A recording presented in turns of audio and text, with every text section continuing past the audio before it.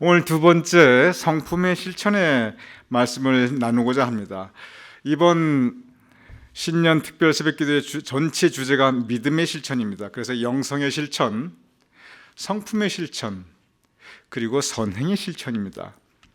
여기에 흐름이 있습니다. 영성의 실천, 영성은 근본적으로 하나님과 나의 개인적인 믿음의 차원입니다. 그래서 하나님 앞에 내가 홀로 서서 하나님 앞에서 내가 내 마음을 비우고, 그래서 내 마음 깨끗하게 한 후에, 그리고 빈 내 마음을 채우고, 감사로, 은혜로, 말씀으로 채우고, 그리고 나눔의 체험, 이 나눔의 실천, 내 이웃과 그리고 세상을 향해서 내 믿음이, 내 은혜가, 내 감사가 연역적으로 확장되어 나가는 과정입니다.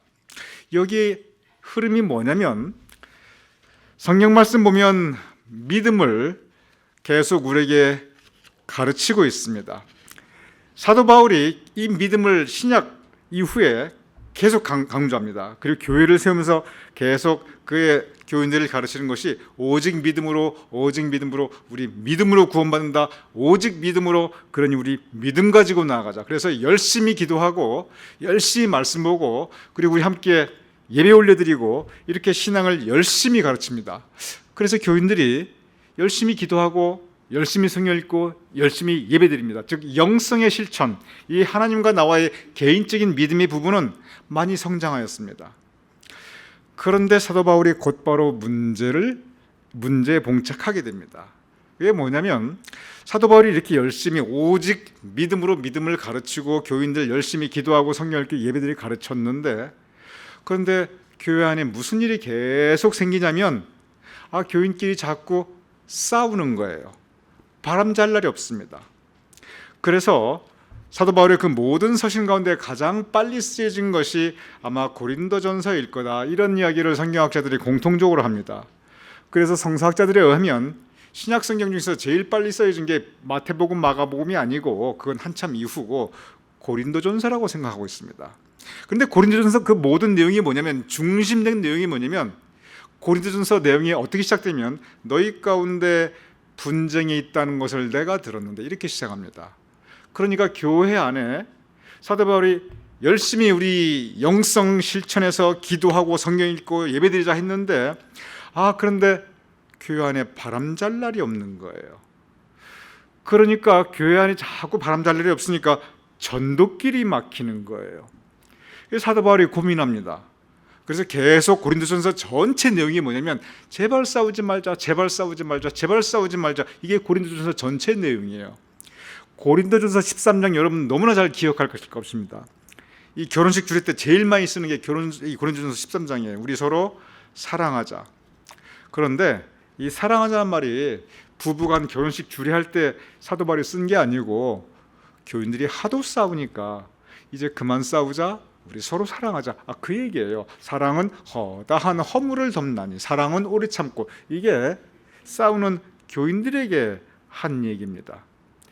그래서 고린도전서 전체 내용이 교인들에게 싸우지 말자, 서로 사랑하자예요. 그랬더니 이렇게 계속 사도 바울이 고린도 교회에 얘기했더니, 고린도 교인들이 싸움이 그치고 조용해진 게 아니라, 그 다음엔 이 불똥이 어디로 튀냐면, 고린도 교인들이 사도 바울을 공격하기 시작했어요. 서로 싸우다가 그 다음엔 그 고린도 교회 목사인 사도 바울을 막 공격합니다. 그래서 고린도 후서는 그 중심 내용이 뭐냐면, 바울이 자기를 공격하는 교인들에 대해서 준 말이에요. 그래서 구체적으로 교인들이 사도 바울을 뭐라고 공격했는가 내용도 나와요. 그 중에는 사도 바울 너무 못생겼다, 이 외모에 대한 공격도 나오고요, 설교가 현찮다, 이 말하는 거에 대한 공격도 나오고요, 리더십이 없다는 얘기도 나오고요. 그 사도 바울이 별의별 이 본인에 대한 이런 것 등에서 이 고통을 겪습니다. 이래서 고린도전서는 교인들 간의 분쟁, 고린도후서는 교인들이 그 당시에 목사했던 사도 바울을 공격하는 문제, 이것이 이 신약 성경 전체에 있어서 처음 기록되는 내용이에요. 이게 그 당시에 현실 상황이었습니다. 그 이유가 있어요. 왜 이렇게 교회 안에 분쟁이 있었냐면 그 이유가 있습니다. 그 전까지는 사람들의 공동체, 이 공동체는 개념이 뭐냐면 적어도 교회가 있기 전에 이 지구 역사상, 이 지구에서는, 이 세상에서는, 인류 역사에서 그전에는 공동체는 항상 끼리끼리 모인 게 공동체예요. 뭐 김씨는 김씨끼리 씨족 사회, 박씨는 박씨끼리 모여 살고, 귀족은 귀족끼리 모여 살고, 그리고 힘든 사람 하층민은 하층민끼리 모여 살고, 남자는 남자끼리 모이고 여자는 여자끼리 모이고, 이방인은 이방인끼리 모이고, 헬라인은 헬라인끼리 모이고, 자유인은 자유인끼리 모이고, 그리고 노예는 노예끼리 모이고, 이 끼리끼리 모이는 게 그전의 공동체였습니다. 그리고 좋아하는 사람끼리, 신분이 같은 사람끼리, 핏줄이 같은 사람끼리, 그전에는 이렇게 모였어요. 모든 인류가 다 그랬습니다. 섞이지 않았어요. 신분 사회였습니다. 그러다 보니까 훨씬 더 그 안에서 남들의 질서가 있었는데, 근데 교회는 뭐냐면은 이 끼리끼리의 벽을 과감하게 허물고 이 교회의 문을 활짝 열었어요. 그래서 사도 바울이 자유인이나 노예나 남자나 여자나 유대인이나 이방인이나, 이게 무슨 뜻이냐면 그 격차 없다, 다 오라, 교회 문이 활짝 열렸어요. 그래서 교회 안에 다 섞여버렸어요. 다 섞여버렸어요. 그러니 그동안 눌려 살던 이 노예들은 자유인들에 대해서 할 말이 많은 거고, 이방인은 유대인에 대해서 할 말이 많은 거고, 유대인은 또 이방인에 대해서 할 말이 많은 거고, 남자는 여자에 대해서 할 말 많은 거고, 남자는 또 여자들은 또 남자들도 용납이 안 되고, 이러니 또 가진 사람도 없는 사람도 이 같이 섞이니까 힘 있는 사람, 힘 없는 사람, 교회 안에서 섞였습니다. 그러니까 배경과 그 모든 삶의 모습과 이것들이 다 다른 사람이 한 자리에 섞이니까 여기에서 서로 1차적으로 나타나는 것이 갈등입니다. 안 맞으니까 삐걱삐걱 갈등인데, 그런데 교회 안에서는 철저히 다 평등하거든요. 다른 공동체에서는 위계질서라는 게 있어요. 근데 교회 안에서는 하나님 앞에 우리가 한 자녀이니, 예수 그리스도 우리 모두 한 지체이니, 사도 바울이 그 전에 뭐라고 가르치냐면 우리가 예수 그리스도를 머리로 하고 중한 기차나 약한 기차나 우리 다 똑같다, 다 역할이 있고 다 소중하다. 그러니까 이 교회 안에 누구나 다 말할 수 있는 거예요. 컨트롤이 안 되는 겁니다. 통제가 안 돼요. 그 다음부터 사도 바울이 무슨 얘기를 해도 이게 먹혀 들어가질 않아요. 그러니까 교회에 곧바로 이 분쟁이 바람잘 날이 없게 되는 겁니다. 사도 바울이 여기에 대해서 고민을 합니다. 그전에는 믿음 그랬는데, 그러면서 사도 바울이 이런 본인의 경험을 바탕으로 무엇을 강조하면 믿음 위에 덕을 강조합니다. 덕은 성품의 차원입니다. 즉 믿음 우리 영성의 실천, 그걸 설교했는데 어느 순간 사도 바울이 덕을 이야기합니다. 믿음 위에 차라리 덕이 있다. 믿음 좀 모자라도 괜찮다. 기도 청산유수처럼 그거 못해도 괜찮다. 철야기도 그거 좀 못해도 괜찮다. 성품, 덕을 세워야 된다. 덕을 세워야 된다. 그 이야기를 합니다. 그 이유가 있어요. 그게 뭐냐면은 사도 바울이 왜 그렇게 계속 이야기냐면, 세상에서 볼 때 지금 전도를 열심히 해야 되는데, 세상에서 볼 때 저 사람 영성이 뛰어나요. 기도도 열심히 하고 성경도 열심히 읽어요. 교회도 열심히 나가는 것 같아요. 근데 세상에 나가서는 성품, 덕이 너무 없어서 그 사람 맨날 욕먹고 다녀요. 자, 그러면 우리끼리 볼 때는 믿음 좋은 것 같은데 세상 사람들이 볼 때 덕이 없어서 성품이 모자라 욕먹고 다니면, 결과적으로 세상 사람들이 볼 때 덕은 모자라도 성품 모자라도 믿음이 좋으니까 믿음 좋은 거 보고 하나님께 영광을 돌릴 것인가, 아니면 그 성품도 못되며 그 인간성도 부족하며 그 인격도 모자란 사람이 믿음만 좋다고 하니까 오히려 더 손가락질을 받고 더 하나님께 영광을 가리울 것인가. 세상 사람들이 볼 때 교회 안에서 얘기는 믿음 좋다고 하는 것을 보는가, 아니면 성품 좋고 덕이 있다고 하는 것을 보는가? 무엇을 더 우선해서 보는가? 그 질문을 합니다. 여러분은 무엇을 우선해서 본다고 생각하십니까? 세상 사람들이 어떤 걸 먼저 본다고 생각하세요? 덕과 성품입니다. 그럼 우리끼리 얘기하죠. 믿는 사람끼리. 우리끼리 얘기해요. 우리끼리 볼 때 저분은 정말 기도도 열심히 하고 열심히 그런데 도대체 덕도 없고 성품이 없어요. 우리끼리 얘기해요. 그쪽으로 믿음 좋은 쪽으로 우리가 더 마음이 기울겠어요. 좀 믿음은 현찮아 보여도 너무 성품도 좋고 따뜻하고 내 속마음도 터놓을 수 있고 내가 그래도 의지할 수 있다. 이 성품과 덕 이쪽으로 또 우리 마음이 기울고 여러분은 어느 쪽을 더 가까이 하고 싶겠습니까? 우리끼리 교회 안에서 어느 쪽이에요?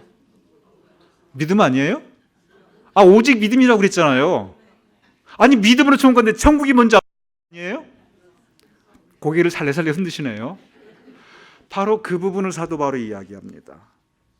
믿음 좋다고 해도 덕과 성품이 따라주지 않으면 욕먹는다는 거예요. 세상 사람들이 욕먹고 우리끼리도 덕이 안 된다는 거예요. 우리끼리도 욕먹는다는 거예요. 결국 하나님도 기뻐하시지 않는다는 겁니다. 그러면 믿음이 먼저입니까? 성품이 먼저입니까?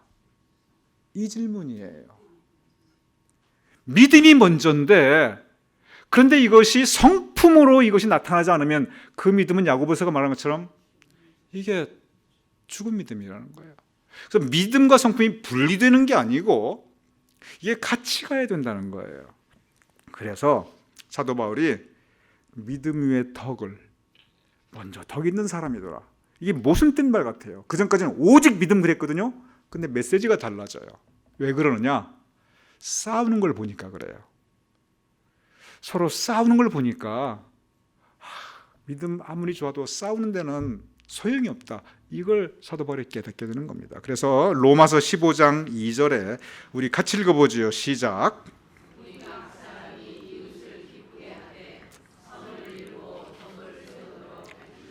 여기서 우리 각 사람 믿는 사람들이면 적어도 영성을 실천하는 우리 믿는 사람들은 이웃을 기쁘게 하되, 여기서 이웃은 꼭 믿는 사람만 포함되는 것은 아닙니다.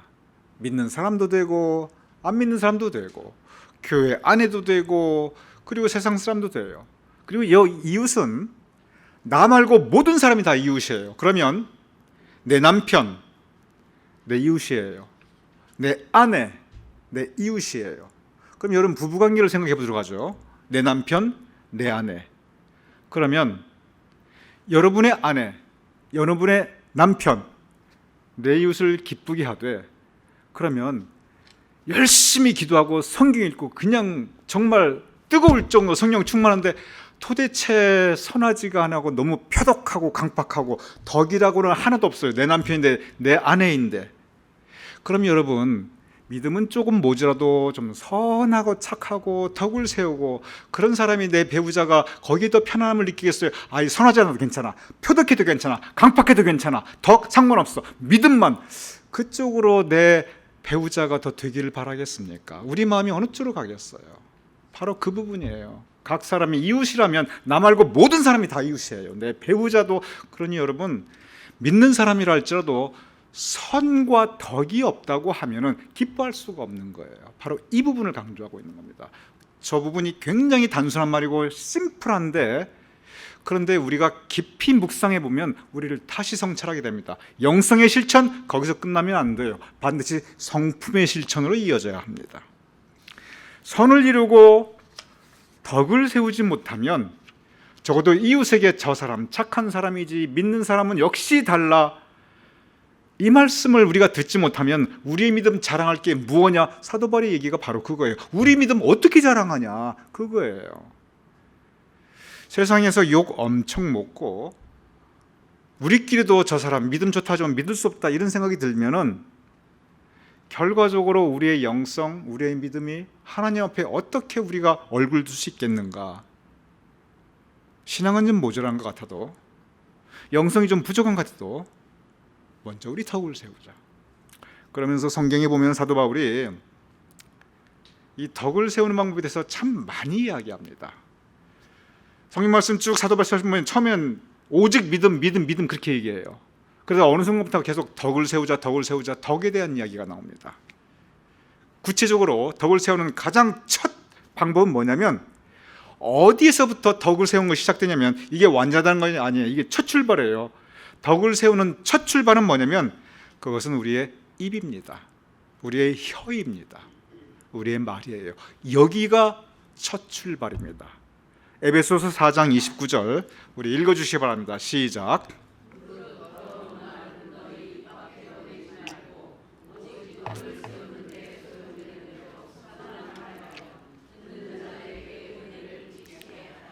덕을 세우는 첫 출발이 뭐냐면 더러운 말은 너희 입 밖에도 내지 말고. 왜냐하면 사도 바울을 겪어보니까 사람들 싸우는 게 말부터 시작하더라는 거예요. 도대체 이 말부터 이 싸움이 시작되더라는 거예요.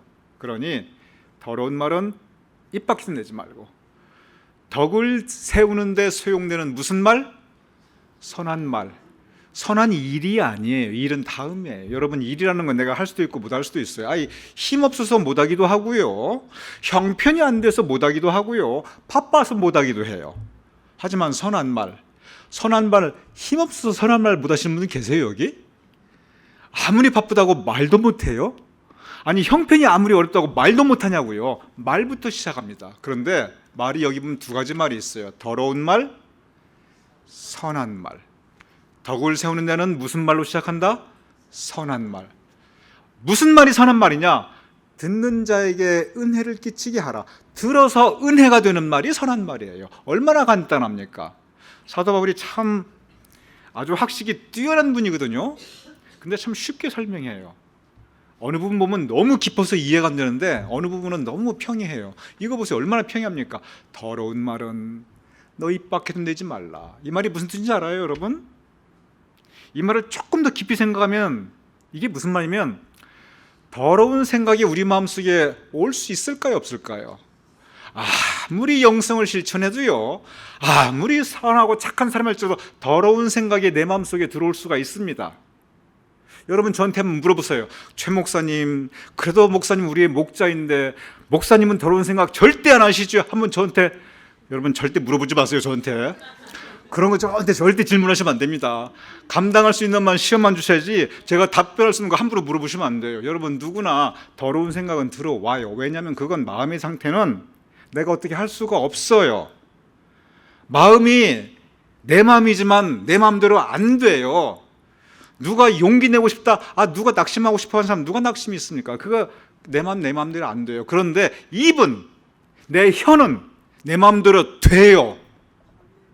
혀는, 내 말은, 내 입은 내 의지대로 돼요. 이게 나는 그러고 싶지 않은데 그렇게 말할 수가 없어요. 입이라는 건. 마음은 그렇게 안 돼요. 마음은 내가 이 안에서 일어나는 거고, 이 안에 악령이 내 안에서 역사하기 때문에 나도 어떻게 할 수 없는 부분들이 있어요. 그런데 입은 그렇지 않습니다. 마음은 저기 더러운 생각 들어오고 저 뒤에 선한 생각 들어와요. 그래서 여기 보면 더러운 생각, 선한 생각 그렇게 안 해요. 더러운 일, 선한 일 그렇게 안 해요. 선한 일은 하고 싶어도 못하는 선한 일들이 참 많아요. 나중에 이제 내일 선행에 대해서 얘기하겠지만, 선행은 할 수 없는 선행이 너무나 많아요. 하고 싶은데 마음은 원이로도 내가 할 수 없는 게 많아요. 하지만 말은 그렇지 않습니다. 그래서 덕을 세우는 것은 무엇으로부터? 선한 말부터 시작합니다. 우리 다시 읽어보죠. 시작. 무릇 더러운 말은 너희 입 밖에도 내지 말고 오직 덕을 세우는 데 소용되는 대로 선한 말을 하여 듣는 자들에게 은혜를 끼치게 하라. 선한 말은 무슨 말이 선한 말인가? 듣는 사람이 은혜가 되는 말이 그게 선한 말이에요. 그럼 더러운 말은 뭐가 더러운 말인가? 성경 말씀에 사도 바울이 꼭꼭 집어놨어요. 이런 말이 더러운 말이다, 더러운 말이 더러운 말이다, 아주 꼭꼭 집어놨어요. 근데 그건 더러운 말이니까 저도 얘기하지 않을게요. 여러분도 이미 성경 읽어보시고 제가 몇 차례 이미 다 설교한 부분들입니다. 그리고 여러분들께서 우리가 선악과를 따먹은, 선과 악을 구별할 수 있는 아담의 후예이기 때문에 뭐가 선한 말인가, 뭐가 더러운 말인가 여러분이 이미 다 알아요. 말하기 전에 알아요. 그래서 말은 얼마든지 우리의 의지로 우리가 컨트롤할 수 있기 때문에 여기에서 덕이 시작되는 겁니다. 그럼 구체적으로 덕을 세운 일들이 무엇인가? 결론적으로 말한 것이 즉 성품입니다. 지금 우리 오늘 성품의 실천이에요. 성품, 덕을 세우자. 덕을 세우는 건 선한 말을부터 시작하는 거다. 선한 말은 들어서 은혜가 되는 거다. 오늘 우리 정말 신gin한 권사님께서 우리 지난 2019년에 어려웠던 이야기들 말씀하셨지만 그 말을 가만히 돌이켜 보십시오. 이 더러운 말부터 시작한 겁니다. 진실하지 않은 말, 왜곡한 말, 모함하는 말, 은혜가 안 되는 말. 그러면은 그런 더러운 말 듣고 귀를 씻어야 되는데 많은 게 그래 그래서 그 다음은 그래서 어땠대?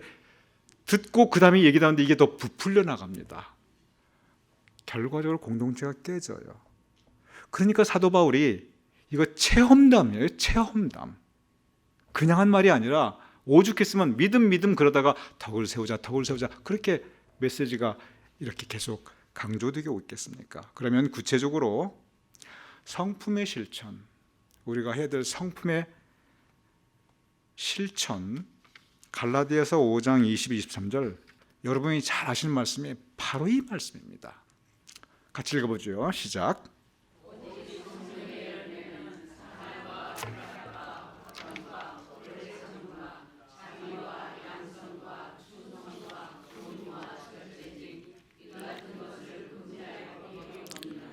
오직 성령의 열매는 교회가 시작됩니다. 교회가 무엇부터 시작하냐면 성령 체험으로부터 시작합니다. 사도행전 2장 보면 성령이 각 사람 위에 갈라지는 혀처럼 임하고 바람소리가 들리면서 각 사람들이 성령 체험을 하고 방언하고 뜨겁게 기도합니다. 즉 영성의 실천이 일어났어요. 그 영성의 실천, 성령 체험을 바탕으로 교회가 세워지고 사도들이 성령 충만하고 교인들이 성령 충만합니다. 성령 충만하게 영성의 실천, 믿음을 세워나갑니다. 거기까지는 좋았는데 이 충만하고 뜨거운 사람들이, 열심히 있는 사람들이 싸우기 시작하니까 감당이 안 되는 거예요. 그러니까 성령 체험도 의미가 없어져 버리고 성령 충만해서 싸우니까 이건 도대체 감당이 안 되고 사도 바울이 성령 체험, 성령 충만, 더 중요한 게 있다. 그게 뭐라고요? 성령의 열매입니다. 결국은 열매가 중요하지 않느냐. 열매를 위해서 뿌리도 있고 줄기도 있는 건데 이파리도 있고 결국은 열매. 그래서 열매가 뭐냐면 하나하나 보세요. 사랑, 희락은 기쁨입니다. 화평, 평화를 이루는 거. 오래 참고, 자비와 양선과, 양선이 착하다는 뜻이에요. 충선과 온유, 저 온유에는 겸손함이 같이 들어가 있는 겁니다. 온유와 겸손은 항상 같이 갑니다. 겸손이 없이는 온유할 수가 없어요. 그 다음에 절제, 스스로 내 마음, 내 입술을 통제하는 절제. 자, 여기 이거 보면은, 이거 하나하나 보면은 어제 말씀 나눈 그 영성의 실천이 아니에요. 이건 뭐냐면 성품의 실천입니다. 이 한 단어 한 단어가 나와 이웃과의 관계, 공동체 안에서 내가 어떻게 덕을 세우는가, 바로 이 부분이에요. 믿음은요, 일종의 탑을 세워나가는 겁니다. 그 파운데이션, 그 기초에는 영성의 실천, 믿음이에요. 믿음이 그 기초입니다. 그런데 그 기초, 거기서 끝나는 게 아니고 거기에 기둥들이 올라갑니다. 그게 뭐냐면 성품이에요. 지붕이 씌워져요. 그게 다 성품입니다. 그 다음에 그 안에서 공동체가 재밌게 가족이서 살아가는 거, 그것이 바로 선행 실천까지 이어지는 겁니다. 집을 짓는 것이 그게 신앙이에요. 그래서 겨자씨만한 신앙이 더 큰 나무가 되고, 처음엔 젖을 먹지만 장성한 분량으로 가고, 오직 믿음으로부터 시작하지만 거기서 끝나면 안 돼요. 거기서만 끝나고 성품의 실천까지 이것이 성숙하지 못하면, 발전하지 못하면 우리 다 욕먹습니다. 보세요. 서로 사랑하자, 우리 서로에게 기뻐하자. 서로 기뻐하려니까 덕을 세워야 된다고 그랬죠. 아까 우리 서로 평화를 누리자, 피스메이커. 서로 오래 참고, 자비, 긍휼히 여겨주고, 그리고 착하게 하고, 서로 하나님과 사람 앞에 우리 신실하고 겸손하고, 그리고 우리 내 마음을 지키고 내 입술에 파수꾼을 세우고, 절제. 이것이 성령의 열매라는 겁니다. 사도 바울이 이 말씀 뭐냐면 믿음은 행함으로 이어져야 되는데, 첫째 영성의 실천, 그래서 사도 바울이 오직 믿음으로 가르쳤어요.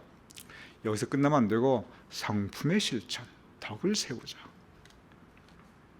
성령의 열매를 맺자.